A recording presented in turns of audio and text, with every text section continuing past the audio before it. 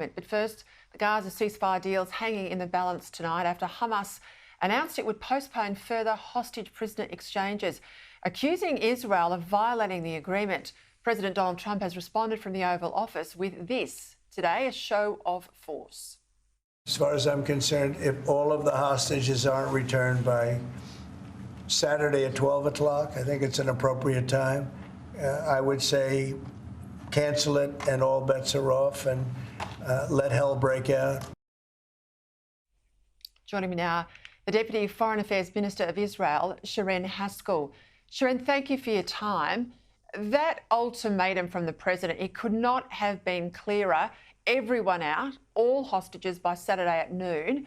Do you think it will happen? Well, I really hope so. But, Peta, we are dealing with a terrorist organization. They've already violated numerous times since we've signed the ceasefire agreement. They violated a few times already. But this is a complete outrage. The fact that on Saturday there were meant to be another 4 hostages being released and they declare they won't do it. We are absolutely furious. We know our forces, they've been ready from the start. We knew that that might happen when dealing with a terrorist organization. So our troops are ready. They are ready to resume our war against Hamas at any point, at any minute. And on Saturday, if they will not release our hostages, we will be ready as well.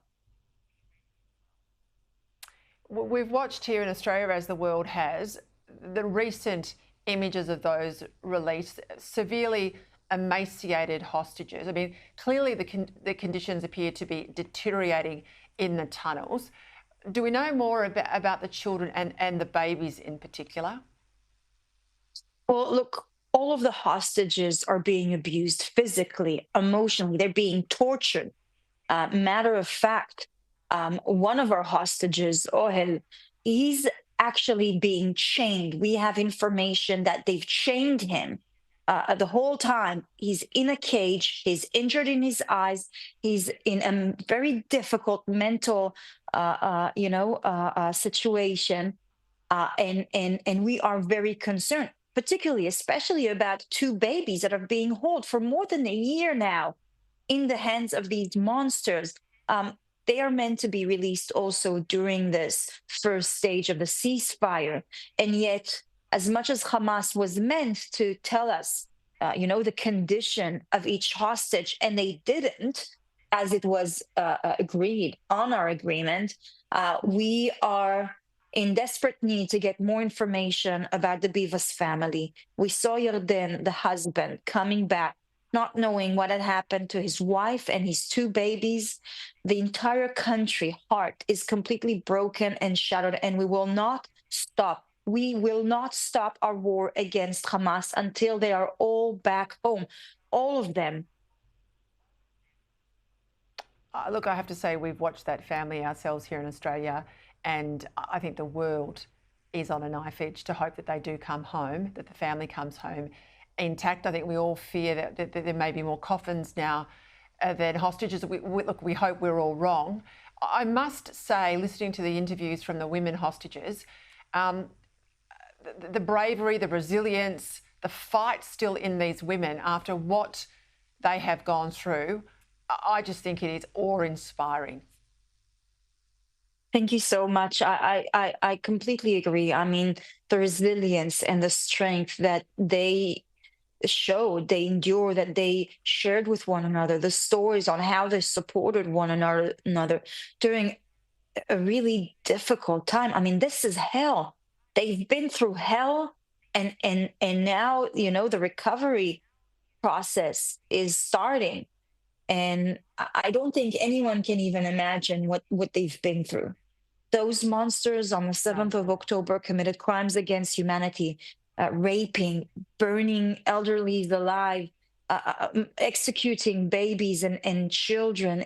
It's this is the worst massacre of Jews since the Holocaust. And we know that. We know that we cannot let something like that ever happen again. Our goal is very clear: bringing back our family members home and making sure that Hamas or anyone else is incapable of committing such crimes ever again. Sharren, you criticised the Albanese government for its handling of anti-Semitism in Australia following Attorney General Mark Dreyfus's visit to Israel last month. Well, this week in the Australian Parliament, Mark Dreyfus, has accused the coalition of politicising anti-Semitism in Australia. Have a listen. But those opposite have taken every opportunity since the 7th of October 2023 to politicise the trauma and the experiences of the Jewish people. You're disgusting. There's nothing more serious than the opposition being accused of politicising an issue like this. Now, I'm not going to comment on the Knesset. I'm not asking you to comment on our parliament, but I mean, anyone can see that anti-Semitism is on the rise in Australia, has been on the rise, and it's not playing politics, is it, to point this out? Look, Peta, my position as a leader here in Israel is not just to look after, our nation and our people and the Jewish people here in Israel, but it is our responsibility to look after the Jewish communities all around the world. This is one of the ideas behind Israel, that Israel will forever be the defender and the shelter of Jews all around the world. And when I saw that rise of anti-Semitism in Australia, I couldn't believe it. I lived for years in Maroubra, just around the corner from the daycare that was burned, that was attacked. I could never imagine something like that happening in Australia. The Jewish community was safe. It was one of the most, most accepting places. It is a heaven for communities from all around the world coming to Sydney, to Australia, to build their life, to live in a shared communities with different nations, with different people. And I think that it hasn't been addressed properly for a very long time, and it's been let go. I've said, and the Prime Minister have said as well, it was obvious that the rhetoric against Israel has inflated some of that hatred as well. And I stand behind that.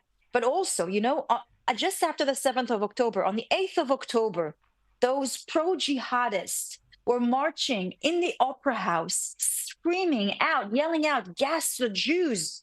There wasn't a single soldier in Gaza. We haven't started our operations for 3 weeks after the 7th of October. What were they demonstrating there for? They were supporting the worst massacre of Jews since the Holocaust, yelling out, "Gas the Jews." It means they want to attack all Jewish communities all around the world. How many people were arrested? How many people were persecuted? How many people were charged of crime, of hate crime?